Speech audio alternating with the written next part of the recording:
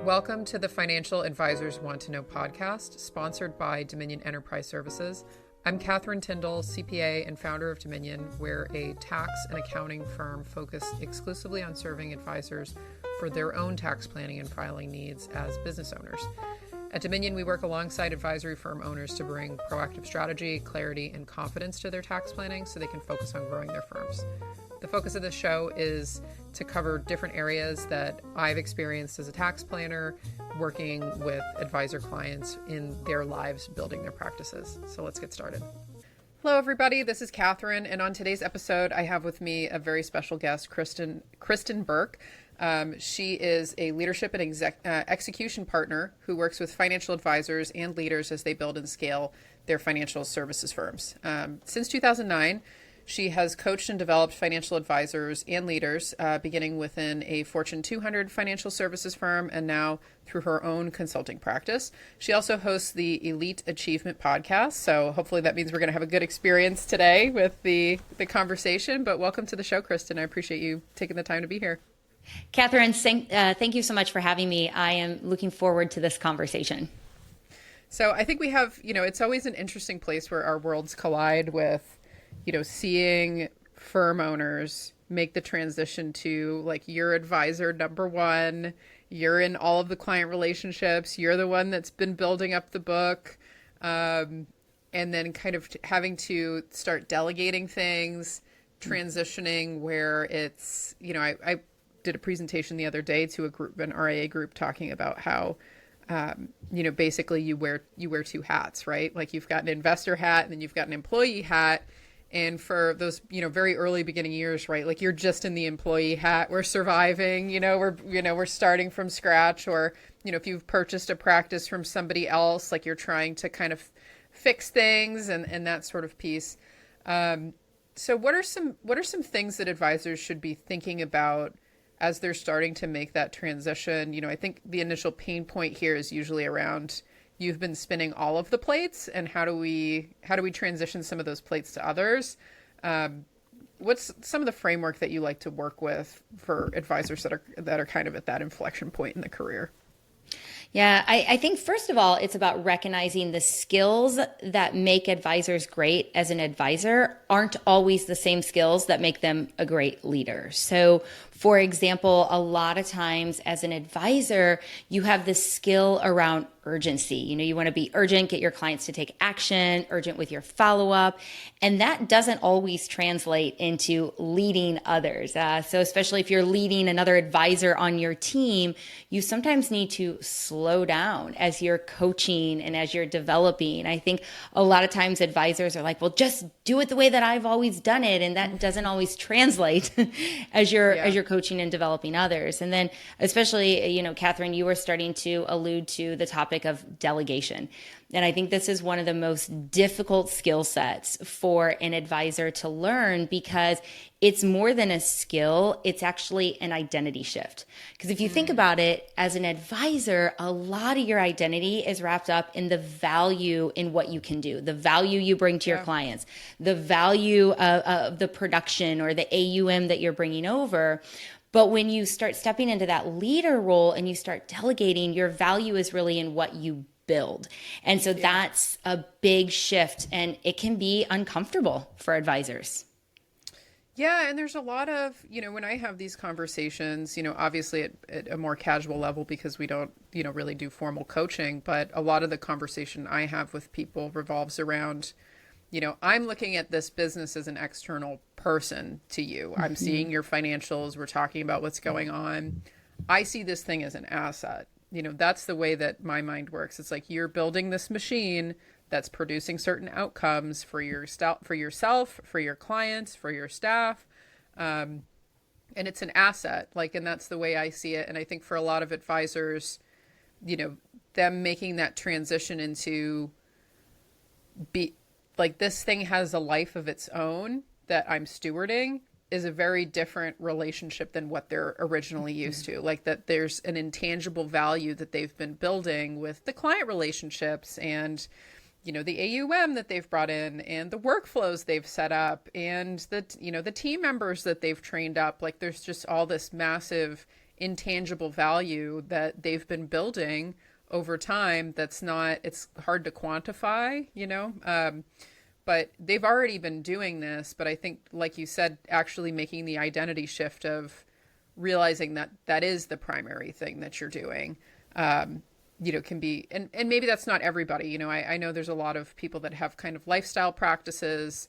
They want to stay at that technician role, but just make it a good flow. And I don't have anything. We have a lot of clients that are in that position, and maybe it's a little bit different. But for the firm owners who kind of aren't in that bucket, what are some maybe practical tips or scenarios or things that you've seen when people are really trying to in earnest make this transition and start to really delegate things? Yeah. So the first thing you have to think about is it is going to be an investment of time. That's one of the pieces of pushback I get right away is I know I should delegate this. I want to delegate it, but I don't have time. And then I'm like, okay, well, let's unpack that. What does that actually mean? So I think one of the thoughts is it's not as complicated as it needs to be.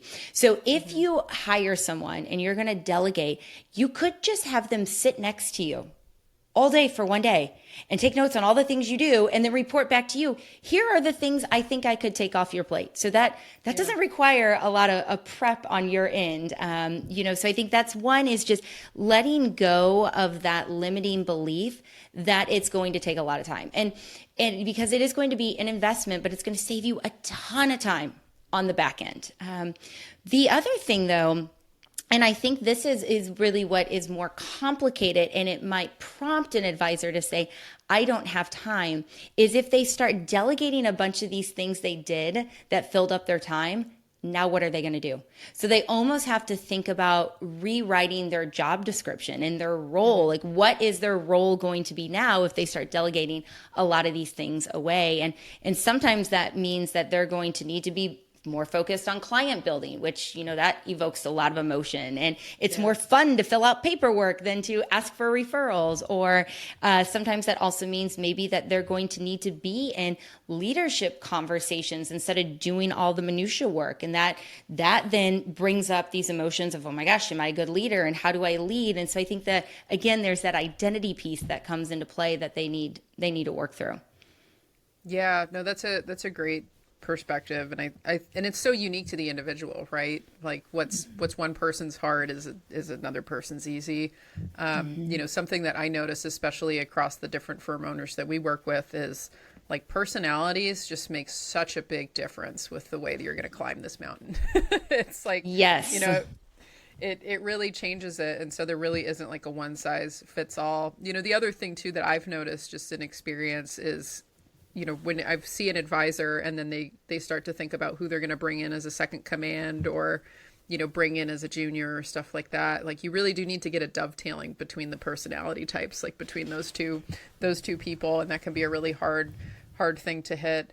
I guess when people are starting to think about the delegation, like that's a great, ride along strategy is great, for people who can use it where it's not a compliance issue. Like there's a lot of tools out there like Loom and things where you can record yourselves doing things. Like we utilize that a lot internally ourselves, and even for our clients. But I know a lot of people have regulatory issues around stuff like that. When, you bring somebody in, maybe if you could speak a little bit around, okay, you've got somebody who wants to be doing delegation, but like, how do you actually identify the right person to delegate to? Or, when it makes sense to bring in somebody, like at what level do you bring in somebody? Kind of more mechanically, how are you working through that process? Catherine here. Just wanted to say thanks for tuning into the show and hope you've been enjoying it. Since we're all at the mercy of social media algorithms, if you wouldn't mind rating the podcast on whatever platform that you listen to, I'd really appreciate it. And also, if you're looking to stay in the loop on current tax updates, what the firm is working on, and just the things that I think you as a firm owner need to be aware of when it comes to the world of tax, you can sign up for our newsletter using the link below. I only send out editions when we have really useful things to share or things that I think are important to have your attention and energy on. So let's get back to the show, and thanks again for being a listener. I think one thought is if someone can do a task about 85% of the way that you can do it, you might be able to delegate it. And some of the easiest tasks to delegate, Catherine, are those that are repeatable and they're consistent. You're almost kind of doing it the same way every time. There's not a lot of variability. And then those are some of the early tasks to start to delegate. But I think that there's a difference between administrative tasks and revenue generating task. And I think that those sometimes, right, require a different hire or a different person. And so what I've seen in my experience is a lot of times advisors will hire for the administrative role first and start getting some of that work off of their plate. But then as they start, building out a bigger vision, and if they do have a vision to really build a firm, they are going to eventually need to start hiring people to drive that revenue. And that becomes a different conversation, because now we start getting into the emotion of, well, I've worked with this client for a really long time, and what are they going to think if someone else comes in and starts working with them? Yeah. And then there's the component I found is that sometimes leaders delegate revenue tasks way too early. They think, ooh, I brought this advisor onto the team. They're going to go out and do business development and sell, but they kind of forget they're going to need the same level of development that advisor needed to get to that level of being comfortable with selling. And so they start to delegate that away too early without a plan around development. Yeah, no, I've actually had several clients where that happened. They brought in somebody, they were like, great, they're going to go chase and bring in new revenue. I'm going to cut them loose and let them do it. And then they didn't, a couple months later, they're like, oh, this person didn't work out. And it's interesting because I think for a lot of firm owners, especially like you're so used to being able to work autonomously, and work independently. And that's a rare trait, that's not something that everybody has. And, just getting the accountability in place, and then also the support for people to actually be trained up to do it. Because, to really be at the level where you've been spinning all of the plates and keeping everything running is a unique skill set it's hard to duplicate. So I think, something else maybe as part of this conversation with developing staff internally as you're kind of shifting and building out more. Can we talk a little bit about kind of like the governance structure of how those relationships work, like with meetings, or like how do you normally recommend advisors, making sure that they're actually running the support and the relationship correctly for these these people that they're trying to delegate to? Well, I think at the simplest level, they need to keep the meetings. A lot of times. Let's just start there. Let's push it to next month. Yeah. Yes. And of course, your team member probably isn't going to have the courage to say, no, I actually need to meet with you now. And so I think that's another shift, right? When you're a great advisor, a great producer, you're focused on activity and client meetings and back to back. And so I think sometimes you default to that, and a client calls in, there's an emergency, and you think, oh, I got to cancel my one-on-one with my team member. And in my experience, that leads to more problems down the road. Now, there might be times where you need to shift the time of it or shift the day of the week. And I think what's important is you have that conversation with your team member up front, and you ask them, is it more important to you that we meet regularly or that we meet on the same day at the same time? Because what can happen is if you're constantly changing that meeting around, it might create doubt in their mind about the value that they bring on your team. And that's likely not what you're trying to do. So I think get that clarity. Then it's about disciplining yourself to keep that actual meeting and know that if you're running a productive one-on-one meeting with a team member, it's going to save you a ton of time on the back end. Yeah, no, that's a great point. And I think just as a business owner in general, I've become a big proponent of calendar blocking and just really proactive. Like, I live and die by my calendar. Unless somebody's got an IRS agent at the door, we got to stick to the plan kind of a thing. I think I don't know where I heard this, but I loved this little snippet somebody said is you got to treat your team like they're your A client. Like, just treat them as if you would treat an A client. Would you cancel a meeting on an A client? No. Would you, would you not prepare for that meeting for the A client? No. Like, treat your team like the A client, because it's, you're making for a lot of these roles, like you're making a 6-figure investment into this person every year. they are an A client, like they're an A level, investment that you're making. And so treat it like that and show up. I don't remember where I got that from. Like it was probably from some other podcast, but I was like, oh, that's so true. Like it really is.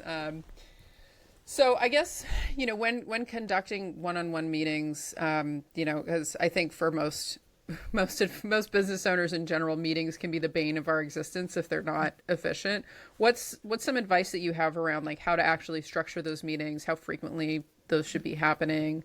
Maybe some guidelines on like how to stay, how to actually make them genuinely productive and keep things moving forward.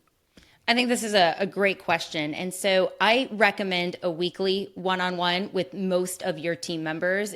Some might require a little bit of a different frequency. But I think what you need to do as a leader is you need to step back and ask yourself, what is the information I need from this team member that is going to make this meeting effective? Mm-hmm. Because I think a lot of times we come in and there's not clarity on who's actually running the meeting, who's responsible for the agenda. So one of the things I do is I delegate the agenda to my team members. So they're the ones that own it because it's their meeting. It's their meeting to get their questions answered. It's their meeting to make sure they're working on what I think is the most important priority. Because let's face it, sometimes I tell them one thing and then a new idea comes up and then another new idea and they're feeling confused. They've got 8 priorities. And so this is really a great time for us to clarify what's the most important work for them to be doing. But this is also a really great time for me to delegate new projects. So going back to the topic we were talking about, I don't have time to delegate. Well, if you've got a consistent one-on-one and your updates are dialed in, you then can have the time to delegate and talk through new projects that your team can work on. And this also has been a big change in my world, is using this time for approvals. So if there are things that the team is working on and they need my eyes or they want my feedback, it's due at that one-on-one so we can review it right then and there, and it's not creating more work for me outside of that one-on-one. So get clear on the info you need and then think about what's going to make that time really effective for you and your team. Yeah, no, that's excellent advice. And then, something that's a little side thing that we do internally that I've loved, is like we use Slack for internal communication, but everybody's got something. And basically every day people will post an async, like these are the top 3 things I'm working on today. And so, oftentimes, like most of the time it's totally spot on. Sometimes somebody will post something and it's like, oh, actually I have this other, like this 4th thing on your list that you thought was less important is actually like number 2 today. Right. And that way you're not actually having to do a meeting. It takes like a minute to review that in the morning. And then you just know, okay, yeah, like we're making progress here. So I guess, one of the other questions when it comes to like that meeting cadence and structure, how have you found advisors, be successful in terms of having accountability for people on the team and like how you're measuring performance of people? Because, one of the things I see just looking at people's financials, of places where we can have inefficiency, labor efficiency is a huge like bleed point, on a P&L for a business. Most of the time when I see issues where, we look at the revenue per full-time equivalent, it's usually a pricing issue and it's a revenue issue. But sometimes it's actually a team efficiency and accountability and, it's a labor efficiency issue. So when we're looking more on like that level and how do you zoom into the, this is me at the macro looking at financials, get into the micro of, well, okay, you've got like 3 juniors underneath you. What are good ways that, those people should be getting measured and being held accountable? Like any recommendations you have when it comes to, actual measurability of performance kind of things? Yeah, I think this is such an important topic. And Catherine, I think it goes back to clarity from the beginning when you hire these juniors or these team members. And do you have the role? Is it clearly defined? Are the responsibilities clearly defined? And have you thought through what are the results? Like what results do I need to see to make this investment worth it to me? And most people have not done that level of work, right? And that's where they can partner with someone like you and they can crunch some numbers and you can help give them some clarity around, okay, if you're spending X, this is what this person needs to bring in and produce to, break even. And, here's where you start to see growth and a profit. So I think it starts there. And then it's about when you have this person on the team, have you had the conversation with them around what success looks like in their role? And I think success is going to have different metrics. I always think about there's a 30-day success mark. Like, what do you want this person to have mastered in their first 30 days with you on the team? And that could look very different than what you want them to have mastered in 6 months in their first year. And so just thinking about those success metrics are really helpful, because once that's clear, then you can think about the KPIs or the OKRs or the leading indicators, whatever system you like to use that are going to get you to that success. Because I think a lot of times advisors measure the result, or they measure the output, without measuring the input or what goes into getting that result. And that's where the accountability piece is so important, is because if you're very clear on this is what this person needs to deliver, these are the results, this is the AUM, this is the production, and then what does it take, right? Are they having 5 client meetings a week? Are they generating 10 referrals a week? Are they going to make 100 calls a week? Whatever it is that you define, once that's clear, then you can go to work on holding them accountable. Yeah, no, that's wonderful. And, I think that really making that distinction between the lead metric, like the input and the output, and, really focusing on, like, if you can get them to be consistent with the input and you're not getting the output that you want, okay, there's a process problem here, right? Mm-hmm. And then we can solve for that. But until you actually have some data and measurability around those things, I found very often, like when it's funny, like I'll talk to advisors and, ask some detailed questions about things to get a sense of this. And a lot of the business decision making, because it doesn't come from a data perspective, it will be a lot of vibes based, kind of like, we're going to go do this because I feel like this is going to go this way. And it's like, well, intuition is powerful, and I'm a big proponent of, like, you do really need to lead into that. Your gut usually is trustworthy, but, for a lot of the decisions around these, specifically in the micro mechanics of things, having actual data. And then also it doesn't make you the bad guy, right? Like if you've got a team member who's underperforming, it's like, it's just the numbers. Like it is what it is. It's not a vibes based, takedown kind of a thing. For sure. Well, yeah. And if you can combine intuition with data, I mean, imagine how much more powerful that's going to be. And one of the things I love about data and tracking, especially as you're holding people accountable, is we can figure out, is it an effort or an effectiveness issue, right? Mm-hmm. So if they're putting in enough inputs, okay, what do we need to do as a leader to coach them? Is it language? Is it their follow-up? Is it, right? Those are the coaching conversations. But if we're not even putting in enough inputs, now we got to talk about, right, the effort. So what's getting in the way of you doing that activity? And a lot of times those conversations, there are a lot of belief conversations. There's a lot of fear. There's a lot of mindset. And those might not be things that advisors feel equipped to do or equipped to have. And that's where I would just encourage them to get good at asking questions, because I think a lot of times advisors want to go in and they want to solve, right? They want to solve the problem, right? They're problem solvers, right? They take clients' complex financial data and they want to solve it, and they want to do the same as they're holding others accountable and they're coaching. But there is that art of just slowing down and, well, tell me more about that. And how did this happen this way? And how did we arrive at this? And they don't always slow down and ask those questions. Yeah. And it's funny. It reminds me of a piece of advice I got from a business coach one time, which was, you got to learn how to delegate critical thinking too. And that is really, really difficult, because you do want to just go in and solve for them. And a lot of times people will bring you their monkeys, right? Like, you've got a staff member, especially on a one-on-one, they've got a problem. You see the solution to it, but actually training them to find the solution themselves. Or, like something that I've implemented is the, if there's a problem that's coming up, it's like, okay, great.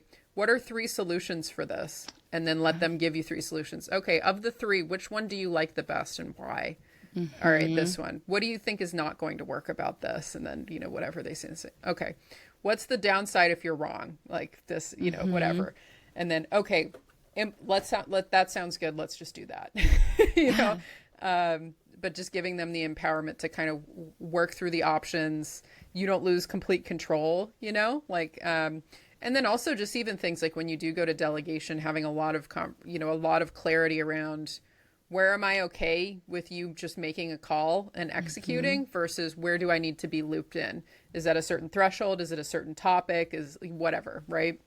And so building that in, I know it's funny, like something that we utilize a lot internally just because we're tax professionals is checklists. And a lot of that kind of thing is in our checklist of just like, if the situation comes up, you need to like bring in this person or, things like that. And I think for a lot of the, delegation piece, that's another, big component of it is like, where do you start and where do you stop? What are they responsible for thinking about versus what are you going to take responsibility for thinking about, or where do decisions get made is, that kind of thing. So for people who are interested in learning more about you, Kristin, can you describe a little bit how you work with firms and maybe some of the, the resources or things that you've got out there for people to learn more? Yeah, Catherine, I love being a leadership and execution partner for firms. And so what that means is I'm oftentimes working with the founder or the partner or the leader of the firm. And my job is to help them execute on their vision. So we have big visions, big growth strategy, and then I come in and figure out what are some of the bottlenecks, what are some of the challenges, what's getting in your way of being able to execute. And sometimes they just need a place to think. They need someone to challenge their thinking, ask them the right questions. They need a sounding board. Other times we need to build out a strategy. Other times it's about accountability, right? Let's be honest. A lot of times our firm leaders and our advisors, they need accountability themselves. And so that's where I like coming in as a partner to help them build out the firm that they want to build out. And in terms of resources, you can find me at kristinburke.com. You can also check out my podcast, which is called Elite Achievement. So a lot of great episodes and content on my podcast. Reminds me of an episode I did recently, Catherine, with a CEO who talked about a decision matrix. And she found she was the bottleneck in her organization and needed to create a matrix. And so if the decision is reversible or not reversible and where it falls on the consequence scale, that allowed her team to know, okay, hey, if this is reversible and it's not that consequential, I can probably make the decision, such as she used the example, the coffee in the break room. And so I encourage you, right? Like that one, she does not need to decide that what goes in there. Yeah. So if your listeners, I know we even have a policy where, for people on my team where it's like, if it's under $500 and you think it's going to be a good idea, just do it. Like, I don't care. I trust you. If it backfires, tell me about it and we won't do it again. But like, don't even send me an email. Because it's, that's the decision fatigue, right? Like, because you're having to get all these plates spun out from you, and people don't want to ask for forgiveness. They want to be given permission, right? And so you do have to do a bit of that, like, do your best with this. There is going to be, like, you're going to make mistakes, and that's okay. We just need to go fast. Yes. Is what it is. And I think also just giving your team some permission to, in parameters, right? Be able to make some mistakes. And it's like, you're not going to get in trouble for this. This is just the nature of going fast, is that we're going to have some little things that break from time to time, and that's okay. So it's, So for people who are interested, I'm going to post nearby in the show notes where to get in touch with Kristin, like including your LinkedIn, things like that, if people want to reach out to check you out. But I want to thank you for coming on the show. Any final thoughts before we sign off? Anything we didn't hit that you think the advisors need to hear? I think what the advisors need to hear is they need to remember that they are leaders, whether they identify as one or not. They are leading their clients, right? They're leading their clients. They're leading their team members, they're leading their firm. And so it's really important that they dedicate the time to grow as a leader.